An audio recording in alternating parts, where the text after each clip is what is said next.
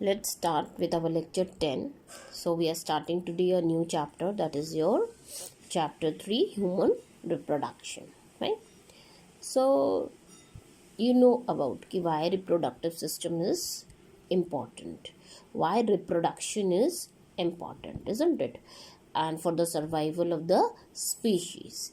So let's talk about what is reproductive system. So it is what? It is a set of interconnected and interdependent organs, body components which take part in sexual reproduction, isn't it? So many organs are there, they are connected to each other, and how they take part in sexual reproduction. So let's look at. So there is primary sex organs. So what are called primary sex organs? So primary sex organs, they produce what? Gametes and sex hormones.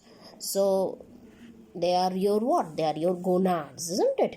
The testis is primary sex organs in males and ovary in females. Now what are your secondary sex organs? Let's see. See, they neither produce your gametes nor your hormones, but are very important for reproduction. So they include your what? Your accessory ducts, glands, and external genitalia. Okay. So when we will deal with these organs, their anatomy, we will look at them. Now let's look at what is puberty. What do we mean by the word puberty, which you commonly come across, isn't it? So it's a period when primary sex organs become what? Functional and start producing hormones, sex hormones. Okay, and they are of what age? They are 10 to 15 years. Okay, that is a puberty period when one becomes sexually active. Okay, now what is adolescence? It's a period between puberty and sexual maturity. Okay, so it's a period between puberty and complete sexual maturity. Now what happens? As you reach puberty, your gonads start secreting hormones, and these hormones act on your body, and what they do? They start developing your secondary sexual organs, isn't it? So whether it's a male or a female, they start showing development of secondary sexual characters like enlargement of breast in females, isn't it? Similarly, development of mustaches, hairs in males. So these kinds of changes, hoarseness in voice, all those things we start seeing. And when it ends when the physical growth of the body slows down. So it starts with the development of a secondary sexual characters and with puberty, and it ends with what? When your body growth slows down. So it's a period between what? Puberty and complete sexual maturity. And for boys and girls, for girls it is 10 years to 18 years, and for boys it is 11 to 20 years in boys. Okay, now let's move on to the reproductive system. The first reproductive system that we are going to deal is your male reproductive system. Now for male reproductive system, first we are going to deal with the anatomy, means how the organs are located in your body. Okay, and then we will move towards further we will look. So firstly, it's a brief you have read earlier also. Again, I'm repeating it for you. In your class 10th, you might have read about it, isn't it? Now, what you see here? You can see here that this is your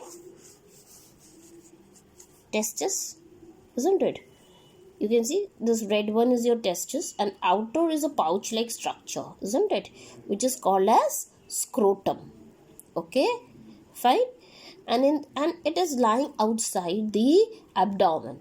especially in mammals, isn't it? It lies outside the abdomen in this pouch-like structures called as what? Scrotum, isn't it? So it is lying out, testis basically lies outside the abdomen. We will see why it lies and all. Fine. So it is lying outside in the abdomen in this pouch, scrotum. Now in this testis here, what is producing your sperms, and sperms are carried from testis via this tube-like structure which is called as what? Vas deferens. What do we call them as? We call it as vas deferens. You can see it here, isn't it? Now this vas deferens, what it happens? It loops over. See, what is this coming from up? It is your ureter, which is connected to your kidney, isn't it? From kidney, urine is coming via ureter to your urinary bladder. So it loops over this and it comes downward. And here you find there is a gland which is called as seminal vesicle. This is your seminal vesicle. And through duct, seminal duct, it is connected, isn't it? Now from here, this point to this point, it is called as the vas deferens. From here to here, we call it no more vas deferens, but what we call it as ejaculatory duct. And basically your semen gets stored here at this region. Fine. And this is around 2 centimeter long duct. And here you can see this red one is your what? Prostate gland. So you can see here there's a common connection joining between your urethra. This is your urethra, urinary bladder, coming out as urethra. Now within your prostate gland, what is happening? This duct is going and it is joining with your urethra, isn't it? And then there is another gland. This is what is called as your bulbourethral gland. Okay, and these forms your what? These are your accessory genital glands, isn't it? Whether it is seminal vesicle, prostate or bulbourethral gland, they are what? Your accessory genital glands, and they secrete their secretions and they form the component of your semen, isn't it? Now, and what do you find here? That this is a common passage. So this is urethra, which is a common passage, and here it is called as penis, which hangs outside, you can see, downward, just in front of your scrotum, isn't it? Hangs out the structure which is called as penis. Fine. And it's a common passage. You can see this urogenital tract. What do we call it as? We call it as urogenital tract, which is a common passage for your semen and your urine. Fine. Now let's look at the structure of your testes. Okay, so we will see the LS section of the testes. Fine.